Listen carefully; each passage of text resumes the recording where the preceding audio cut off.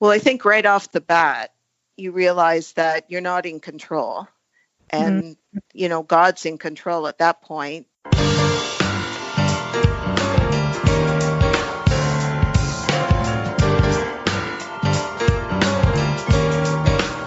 Welcome to the 15th season of Heart to Heart with Anna. I am Anna Jaworski and the host of your program. Today's show is Becoming an Author While Raising Children with Special Needs. And our guest is Sandra Wallace. Sandra Wallace is a mom to 4 children, Leanne, Heather, Crystal, and Daryl. Heather was born with spina bifida and hydrocephalus, while Daryl was born with a rare disease known as gastrointestinal pseudo-obstruction. Daryl was fed intravenously until the age of 20, when he received a quadruple organ transplant that changed his life. Sandra and her husband Wayne always wanted all their children to be independent, and they devoted their lives to accomplishing that goal. Heather now lives independently with support. Daryl, now aged 34, works as a pharmacist and is married with a 3-year-old son who inherited his father's condition. Sandra and Wayne found navigating the medical world of hospitals, invasive procedures, and therapists to be mind-boggling. And Sandra has written a book about her family's experiences and how faith kept them together. Her book is called Not What I Bargained For: My Journey Raising 4 Incredible Kids, including 2 with severe medical conditions. Welcome to Heart with Anna, Sandra. Thanks for having me on the show. I'm just thrilled to be here. Well, I'm thrilled to have you on the program. Of course, my loyal listeners will recognize your name because your son, Daryl, was actually on my program. That's right. Well, now I get to meet his mom, and so this is exciting for me. Let's start by talking about Heather, though, because I don't really know much about Heather, but I did learn from the bio that she is a special needs young lady. So can you tell us what a typical day was for you when you were caring for Heather when she was a little girl? Well, Heather was delayed developmentally and mentally, so she didn't really sit up until she was about a year old. At 6 months old, they made a special brace to keep her body from collapsing like a rag doll. And she didn't really crawl till she was about 1, and it was never up on her knees. It was with her arms, like commando crawling. And she was really heavy to carry around. She didn't walk till she was about 2. So a typical day was I would get her up out of bed, get her cathetered. Of course, she always wore diapers because she had no control of her bowel or her bladder. The bed was always wet, so I would change the sheets, and she would need cathetered every 4 hours, and a lot of times her diapers were soiled.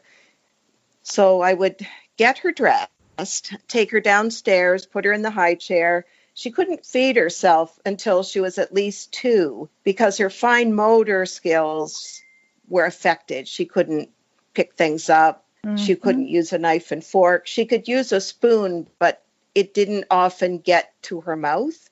So right. I had lots of wash to do, at least 6 loads a day between her and Daryl and the other kids. But she had physio exercises and occupational therapy that I had to do with her at home, as well as take her over to the Rotary Center 2 or 3 times a week for an hour each time, stay with her during the physio.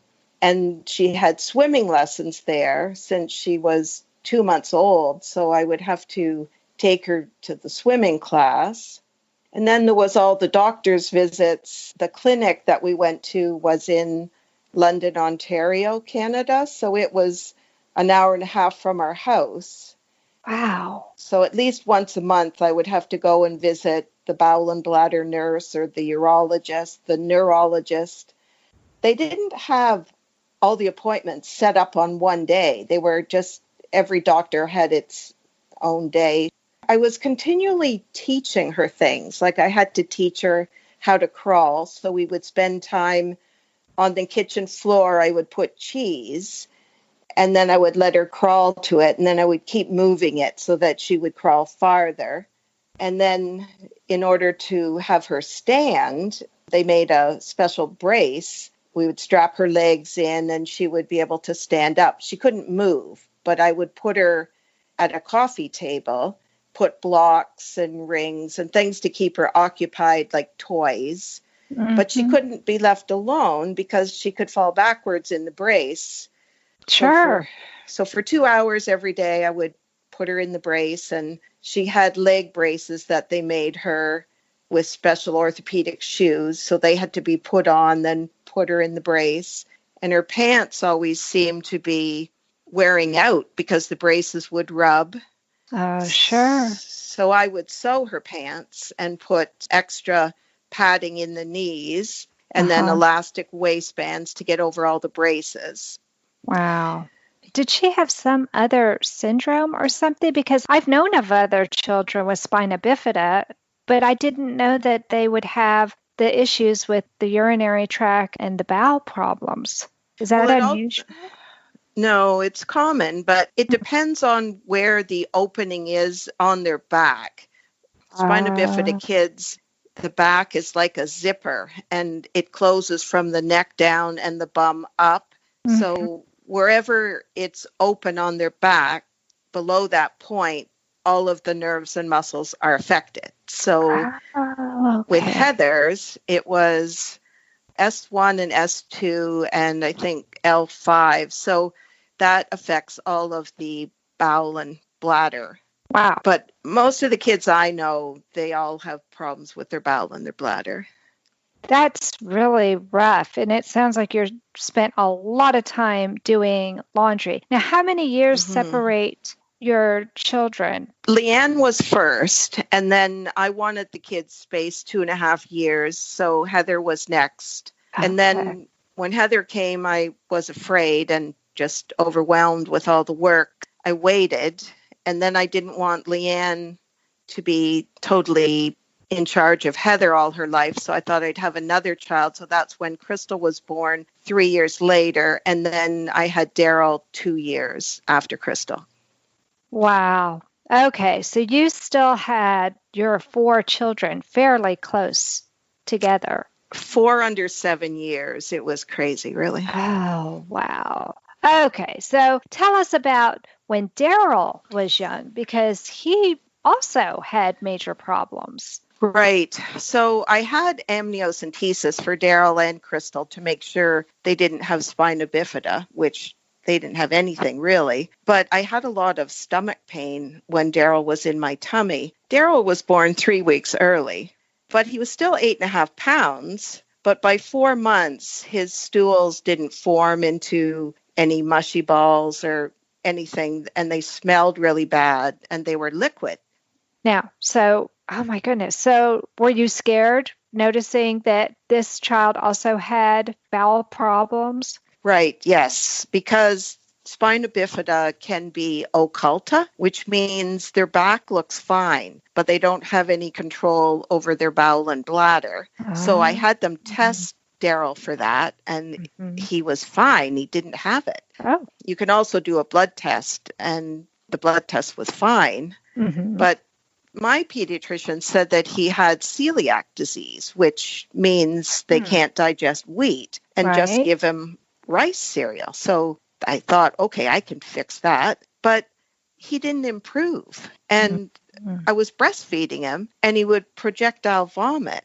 Oh, my goodness. And so I thought, well, this is weird. Like, they're supposed to be easily digested, and his tummy was distended, and it wouldn't go down. So I took him back to the doctor, and the doctor said, well, let's send him to London. It's a bigger center. So the doctor there thought he had pancreatic insufficiency, that he was having problems digesting. The enzymes in his pancreas weren't there to help him. So he gave him special capsules. So I'd put them in applesauce, but they ate away his skin from his mouth and his bum. And he still didn't gain any weight. So I took him back to London, and I got a special doctor called a adult gastroendocrinologist. So he tested Daryl for the 20 most common childhood diseases and came up with nothing. That was 1987. Daryl was 1.5 and he was only 18 pounds. that doctor said, okay, well, let's send him to sick kids in Toronto. Maybe they can figure it out. Mm-hmm. He said, maybe if we can keep Daryl alive for 20 years, they might be able to do a bowel transplant. He said, they're starting them here in London, but all of the adults have died. Oh, my goodness. That is not what a mother wants to hear. So they sent him to Toronto. He was admitted, and then they did every test under the sun, blood work, x-rays, CAT scans, biopsies, urologists, and then they finally sent us to Toronto Western Hospital, and they did a special motility test and found that Daryl didn't have any peristalsis movement from his breastbone down. So he had all his nerves and muscles, but nothing was moving through. The food would just get stuck, and he was vomiting a lot, green bile and not growing. So the doctor said the only way would be to put him on intravenous feeding. And so that's what they did. And eventually Daryl got a central venous line. So you were able to keep him alive for 18 months, despite the fact that his body was not processing food properly. Right. That's miraculous. After a year, he didn't grow past 18 pounds. And it took 6 months before they could figure something out. And really, they just made up the name gastrointestinal pseudo-obstruction. They didn't know how to fix him. They just knew that he needed intravenous feeding to grow. Texas Heart Institute were offering us a mechanical heart, and he said, no, Dad, I've had enough. Give it to someone who's worthy. My father promised me a golden dress to twirl in. He held my hand and asked me where I wanted to go. Whatever strife or conflict that we experienced in our long career together was always healed by humor. Heart to Heart with Michael. Please join us every Thursday at noon Eastern as we talk with people from around the world who have experienced those most difficult moments. This content is not intended to be a substitute for professional medical advice, diagnosis, or treatment. The opinions expressed in the podcast are not those of Hearts Unite the Globe, but of the hosts and guests, and are intended to spark discussion about issues pertaining to congenital heart disease or bereavement. You are listening to Heart with Anna. If you have a question or comment that you would like addressed on our show, please send an email to Anna Jaworski at anna@hearttoheartwithanna.com. That's anna@hearttoheartwithanna.com. Now, back to Heart with Anna.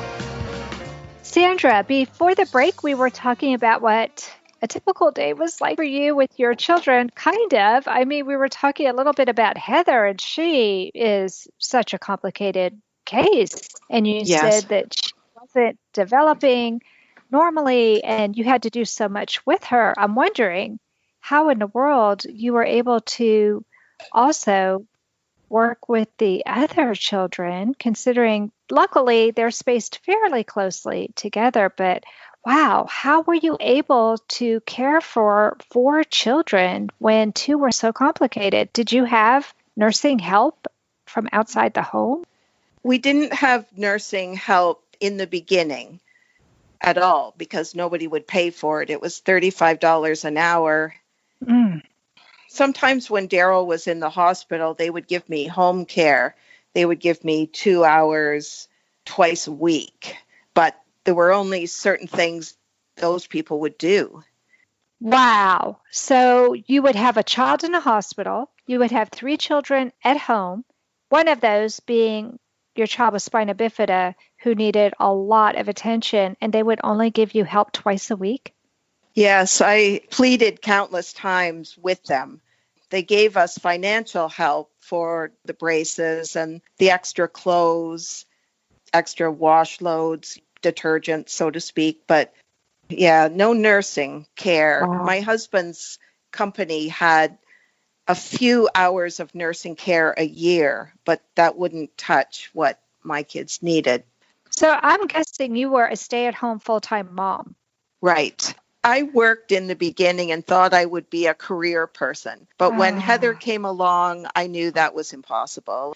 Right. And I knew that it was my job to take care of Heather and to get her to the point where she would be independent the best possible scenario, nice kid, manners, clean, all the things that you want your kid to have.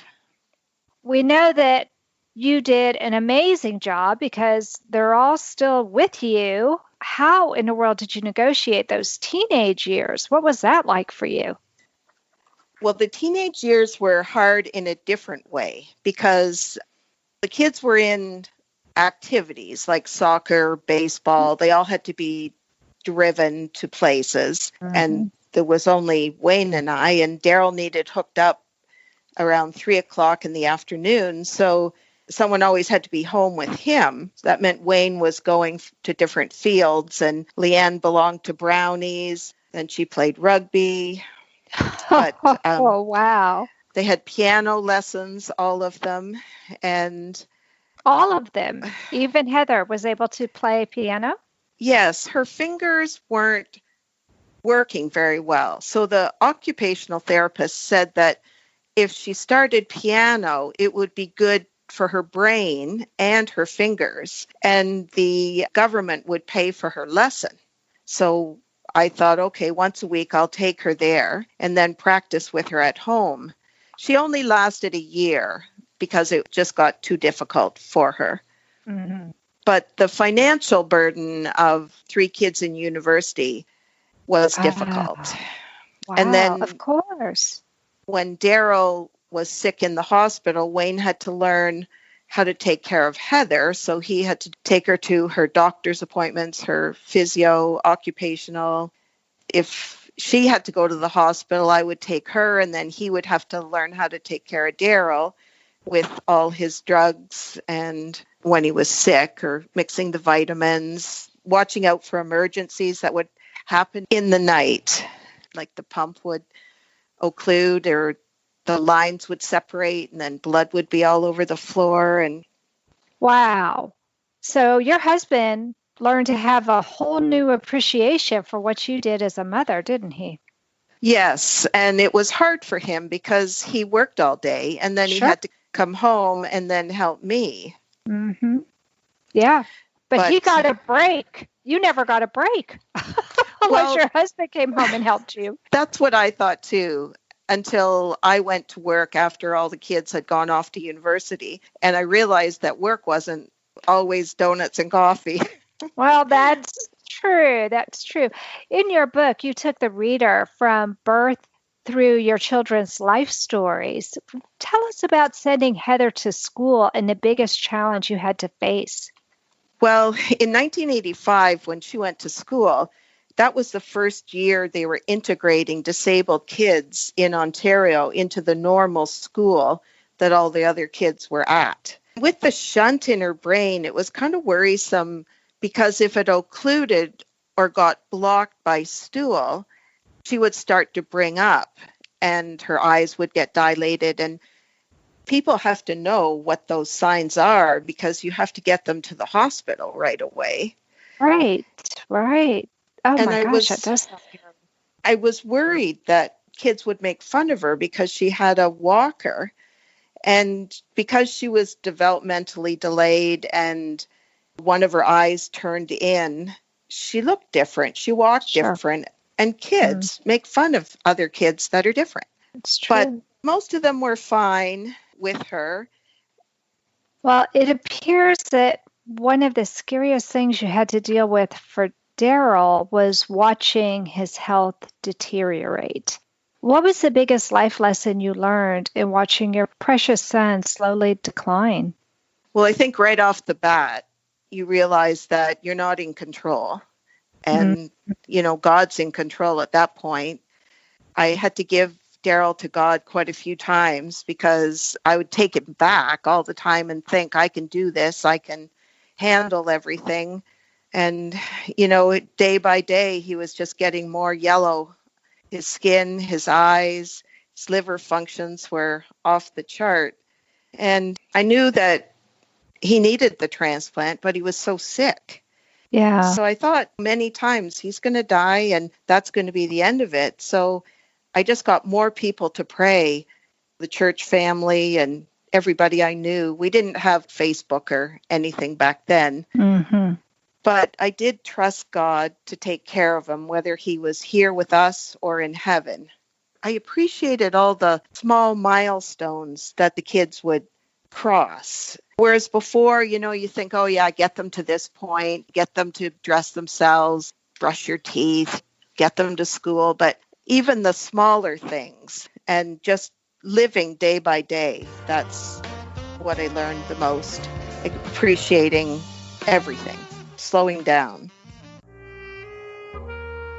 Hi, my name is Jamie Alcroft, and I just published my new book, The Tin Man Diaries. It's an amazing story of my sudden change of heart as I went through a heart and liver transplant. I can think of no better way to read The Tin Man Diaries than to cuddle up in your favorite Hearts Unite the Globe sweatshirt and your favorite hot beverage, of course, in your Hearts Unite the Globe mug, both of which are available at the Hug Podcast Network online store, or visit heartsunitetheglobe.org.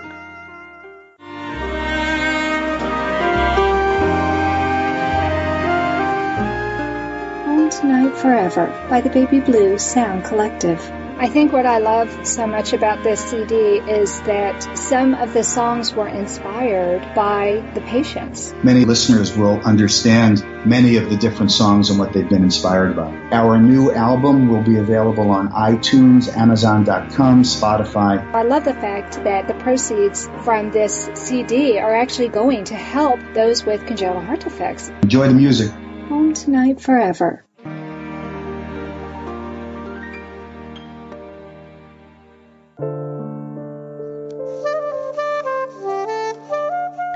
Heart to Heart with Anna is a presentation of Hearts Unite the Globe and is part of the Hug Podcast Network. Hearts Unite the Globe is a non-profit organization devoted to providing resources to the congenital heart defect community to uplift, empower, and enrich the lives of our community members. If you would like access to free resources pertaining to the CHD community, please visit our website at www.congenitalheartdefects.com for information about CHD, the hospitals that treat children with CHD, summer camps for CHD survivors, and much, much more.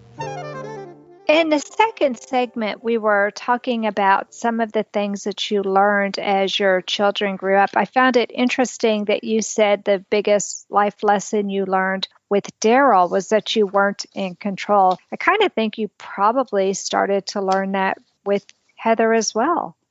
Well, Heather really wasn't as bad. I knew lots of different kids with spina bifida, and they were either in a wheelchair or had arm crutches.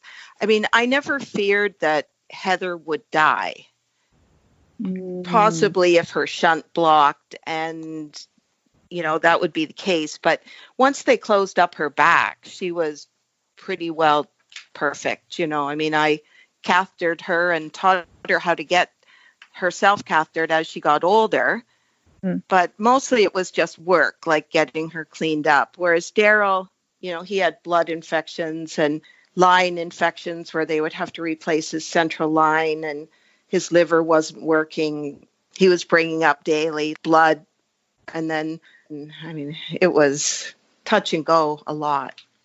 Gosh, it almost sounds like you could be a nurse for all that you had to learn taking care of your children. Most people think I am a nurse, actually. I bet they do. Oh my gosh. What do you think was the greatest accomplishment that Heather and Daryl gained as adults? Well, with Heather, she's independent. So she lives in her own apartment. She can take the bus, a special needs bus, to all her doctor's appointments, grocery shopping. The therapists that she goes to, they all tell me, don't worry about Heather. She can tell us what's wrong, what she needs. So that was a relief. That's huge, considering where she came from and how much you struggled with her at the very beginning. For her to be independent like that, that really is huge. And she keeps herself busy. I taught her how to sew when she was at the house, and she made a quilt, and she can do rug hooking and knitting. Wow. And she got her grade 12. Not that she'll ever get a job. She's on disability, but she went on to college, and I think that gives her a lot of self-esteem. Sure. Absolutely. That's all I wanted, for her to be independent so that when I die, I won't worry about her. Absolutely. Absolutely. Now, Daryl is a whole different story. Tell us about what you feel his greatest accomplishment was as an adult. For Daryl, definitely was finishing school. So he had his transplant after he completed his first year of pharmacy. He became a pharmacist. He did his 4-month placement after in a pharmacy and a hospital. And then he worked here in Sarnia, where we live, for about 8 years at a well-known pharmacy. He only takes one very small dose of an anti-rejectionary drug and one pill to inhibit the acid in his stomach. Mm-hmm. So for him to go through a 4-organ transplant and finish school 8 months after his operation, to me, that's the biggest. Yes. The other part of that would be he got married and had a little boy. And I didn't think he would ever get married because he has his incision right down past his belly button. He has so many holes all over his body from all of the tubes. Yeah. And yet he's proud of those holes because that means he survived. Sure. Absolutely. I think the fact that he was able to undergo operations for 4 separate organs, recover from that, and finish school is amazing. And then for him to find somebody to share his life with and to have a child, what a heartwarming story. Yes, it's explained more in my book, Not What I Bargained For, in more detail. And I'm sure everyone would be really interested to read all of the idiosyncrasies that happened during raising the 4 kids. Oh, absolutely. What I love is that I saw a family photo from the Christmas of 2019 in the Observer online, and you have such a beautiful family. Tell us about your other 2 daughters and your grandchildren, because that picture was just exploding with happy people. It sure was. Well, the grandchildren, Amber was the first one. So she was born in 2009. She'll be 11 this year. And then Daryl had little Owen, who's 3.5.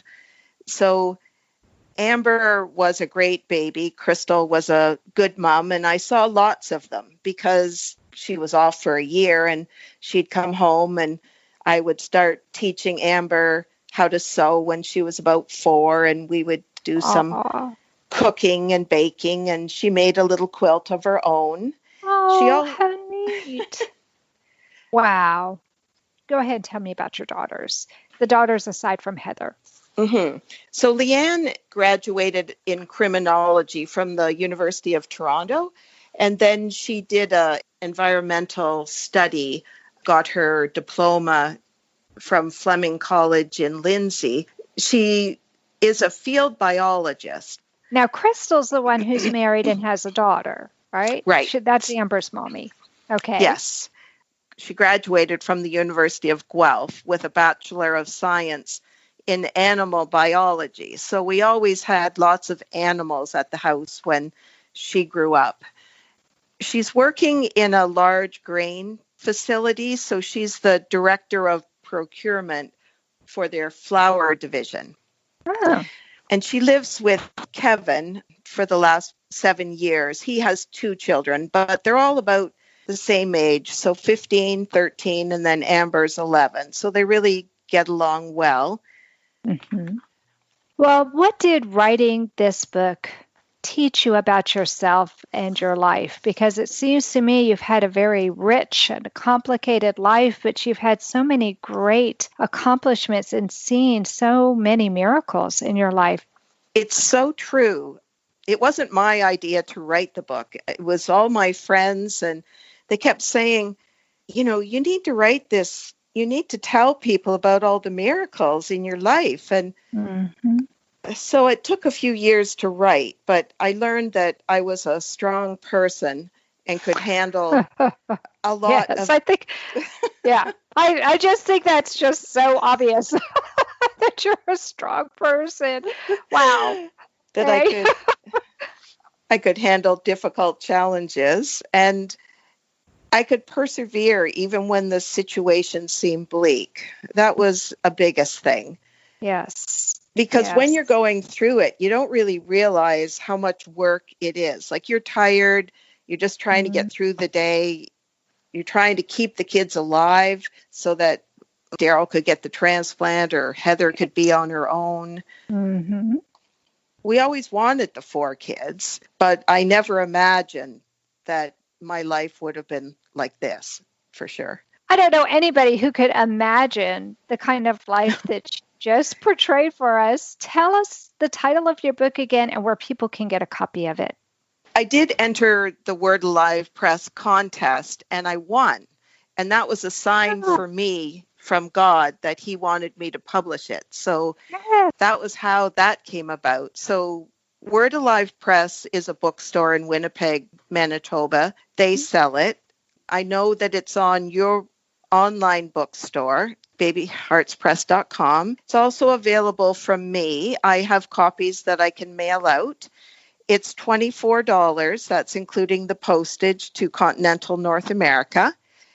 It's also available on Amazon as a hard copy or an ebook if you would prefer that. Amazing. All the different ways we can get books nowadays, isn't it? Yes. And I'm on Instagram, Twitter. So how would people find you on Facebook or on Instagram? Facebook is Sandra Wallace, and it's WALLIS like Sam -author. And there you can find a lot of different stories about my journey that are in the book with lots of pictures. My Instagram account would be Sandra.Wallace, and again, it's WALLIS like Sam, and the number 1. Well, you certainly are number 1 in my book for being an amazing mom. We just celebrated Mother's Day a couple of weeks ago, and I hope your kids spoiled you rotten because you are really such an amazing mother. I'm just so honored to even have you on this program and get to know you. Oh, thank you very much, Anna. I love you too. Like, you do a wonderful job of interviewing authors, having really neat speakers every week. Really amazing. And now that you're having your bookstore, I think that's a fabulous idea. Well, thank you. Thanks for coming on the program today, Sandra. I do feel so honored to be able to interview authors and parents and heart warriors. I love my podcast because I get to meet people from all over the spectrum in the congenital heart defect community. Mm-hmm. Well, I really enjoyed talking with you today, Anna. It's been really special for me. Oh, thank you. It was special for me too. But that does conclude this episode of Heart to Heart with Anna. Thanks for listening today, my friends. If you enjoyed listening to this episode, please consider becoming a patron. Just go to www.patreon.com/heart-to-heart and pledge a monthly amount to support our program. It only takes a few minutes to make a big difference. For the cost of a pizza, you can help us to continue to provide great programming for the CHD community for an entire year. Have a great day, and remember, my friends, you are not alone. Thank you again for joining us this week. We hope you have been inspired and empowered to become an advocate for the congenital heart defect community. Heart to Heart with Anna, with your host Anna Jaworski, can be heard every Tuesday at 12 noon Eastern Time.